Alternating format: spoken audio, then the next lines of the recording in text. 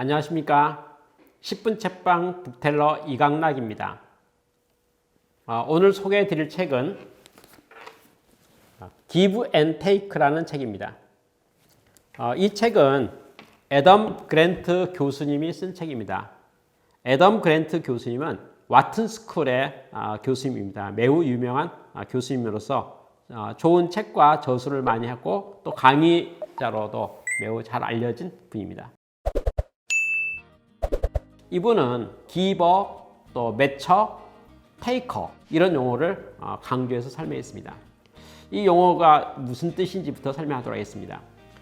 기버라는 용어는요, give, 남을 돕고 남보다 나를 우선순위를 갖는 것, 이타주의를 말합니다. 테이커라는 말은 반대말이죠. 이기주의자입니다. 내 것부터 챙기는 사람, 남을 돕는 것보다 내 것을 먼저 우선적으로 생각하는 사람이 테이크한다. 내 것부터 먼저 잡는다. 이렇게 말합니다. 매처는 중간에 균형 잡은 사람입니다. 그때그때 상황에 따라서 이타주의와 이기주의 중간에서 적절하게 잘 조화롭게 운영하는 사람이 매처라고 말했습니다. 이 애덤 그랜트 교수는 이런 생각이 있습니다. 어떤 성향을 갖는 사람이 성공하는 것인가? 이 책의 결론은 이렇게 말합니다. 결국은 성공이라는 것은 능력이 있어야 되는 것이고 또 성취 동기가 있어야 되고 기회가 있어야 되는 것인데 결과적으로 사회의 모든 구조로 봤을 때 기버의 태도를 가지고 있는 사람이 가장 실패했거나 가장 성공한 사람을 가져가고 있고요. 그 다음 테이커라는 성격을 가지고 있는 사람은, 그런 태도를 가지고 있는 사람은 탁월한 성과를 내거나 최고의 리더가 되는 것은 한계가 있다는 것을 말하고 있습니다. 그래서 저자는 그러한 것을 근거로 해서 이렇게 말합니다. 테이커는 단기 성과를 내는 데는 중요할지 모르겠지만은 결국 장기 성과를 내는 것은 기버가 마땅하고 좋은 것 같다. 이렇게 말합니다. 그래서 결론적으로 이 책에서는 이렇게 말하는 거죠. 최고의 리더는 결국 이타주의자인 것 같다. 왜? 기버는 연구해 보니까 최악의 경우와 최선의 경우를 가지고 있고 양극단을 누가 가지고 있습니까? 기버가 가지고 있다는 거죠. 그러면 충분히 베풀면서도 좋은 생산성을 유지하는 사람들의 비결이 무엇일까에 대해서 이렇게 말합니다. 진심으로 남을 돕는 사람이 진정한 성공자인 것 같다. 지금 만나는 모든 사람을 도울 생각만 하는 게 참 좋겠다. 이렇게 말합니다. 그러면 기버는 그렇게 남만 돕고 있으면은 자기는 어떻게 성과를 내고 할까요? 거기에 대해서 이렇게 말합니다. 승리를 독차지하지 않는 행위에 놀라운 가치가 있다라고 말합니다. 이분은 조지 메이어라는 분의 사례를 이 책 전반부에서 또 많은 부분에서 인용을 많이 하고 있습니다. 조지 메이어라는 이분은 애니메이션의 프로그램으로 알려져 있는 심슨 가족의 기획자입니다. 그리고 관련돼서 시나리오와 아이디어를 내고 있는 분이죠. 그런데 심슨 가족이라는 프로그램이 워낙 유명해서 많은 사람들로부터 존경을 받고 있고 인정을 받고 있습니다. 그러면 당연히 메이어라는 사람은 이 일에 매우 중요한 역할을 하고 있기 때문에 유명해야 되지 않겠습니까? 그런데 이 메이어라는 분은 모든 공을 남에게 돌린다는 거예요. 명성을 얻을 기회를 스스로 포기하고 도리어 같이라는 모든 동료들에 대한 사람들을 앞장 세우고 그들이 명성을 얻고 인기를 얻을 수 있도록 도와주는 역할을 하고 있다는 겁니다. 그럼에도 불구하고 모든 사람은 메이어를 존중합니다. 인정합니다.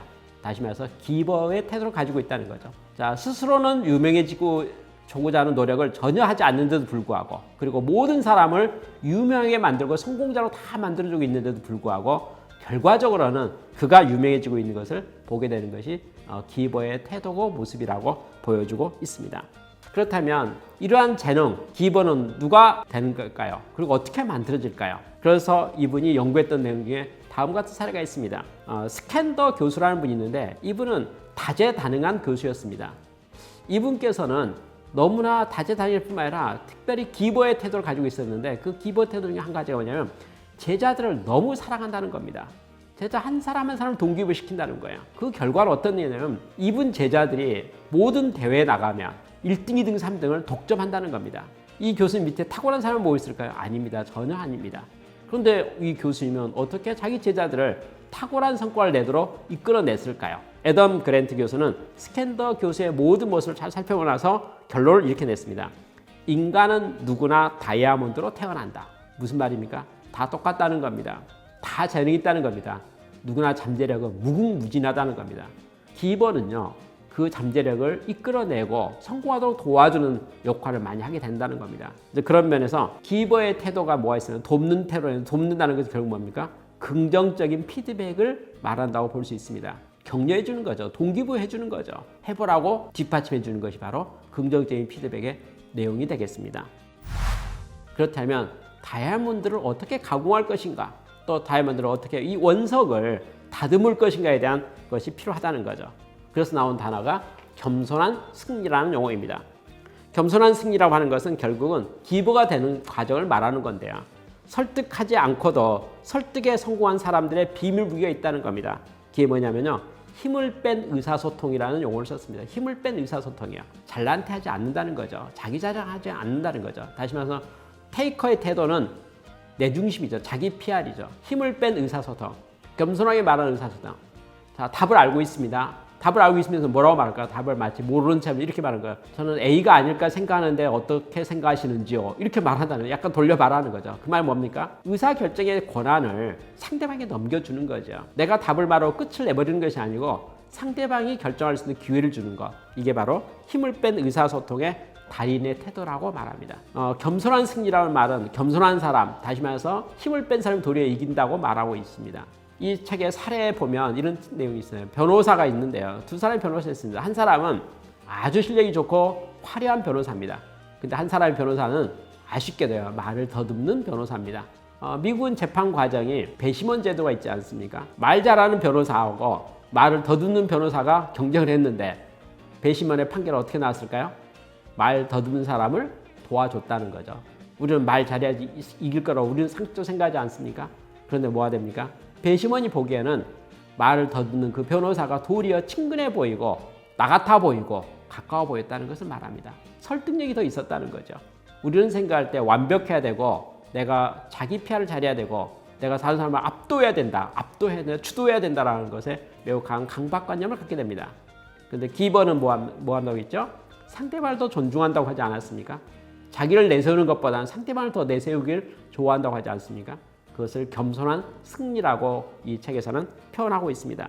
설득하지 않았는데도 불구하고 설득에 성공할 수 있다라고 말하고 있습니다. 물론 인간관계에 있어서 상대가 순종적이고 답을 모르는 경우에는 강력한 메시지가 필요한 경우도 있을 수는 있겠죠.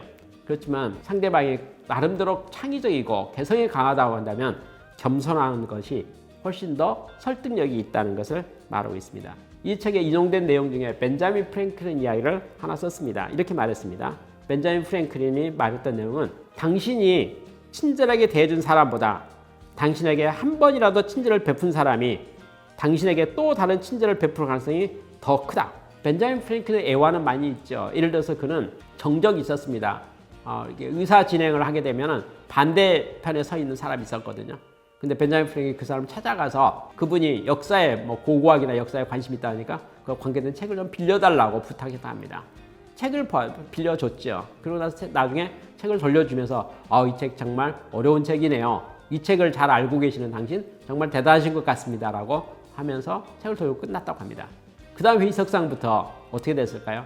벤자민 프랭클린의 부탁을 들어줬던 그 사람이 벤자민 프랭클린의 편이 되어줬다. 라는 표현이 벤자민 프랭클린의 자서전이나 애화 가운데 많이 나타나고 있습니다. 한 번 부탁을 들어준 사람은 계속 부탁을 더 잘 들어주겠다는 거죠.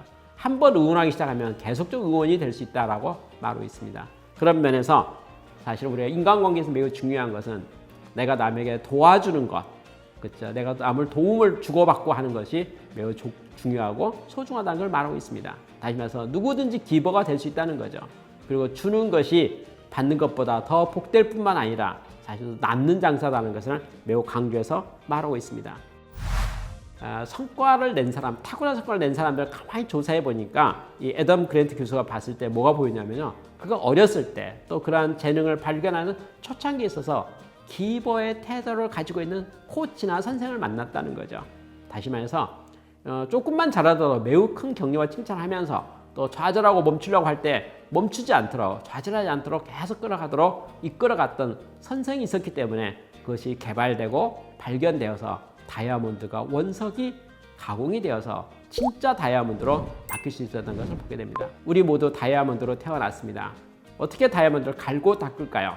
기버의 태도가 중요합니다. 우리 모두가 기버가 됐으면 좋겠다는 것을 말하면서 전반부의 이야기를 마치도록 하겠습니다. 감사합니다.